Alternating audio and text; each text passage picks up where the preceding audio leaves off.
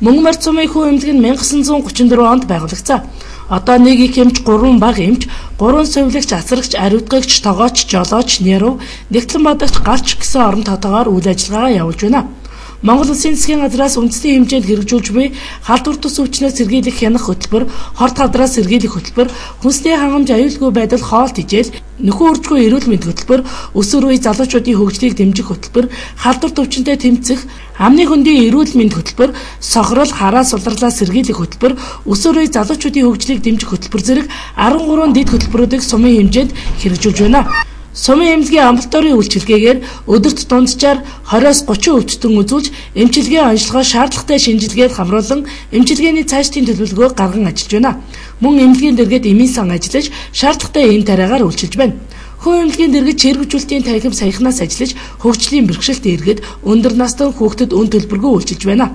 Иргэдийнхээ эрүүл мэндийн төлөө зүтгэдэг сумынхаа хүн эмнэлгийн хамт олон сумын ард иргэд баярлаж талархснаа илэрхийлж байна.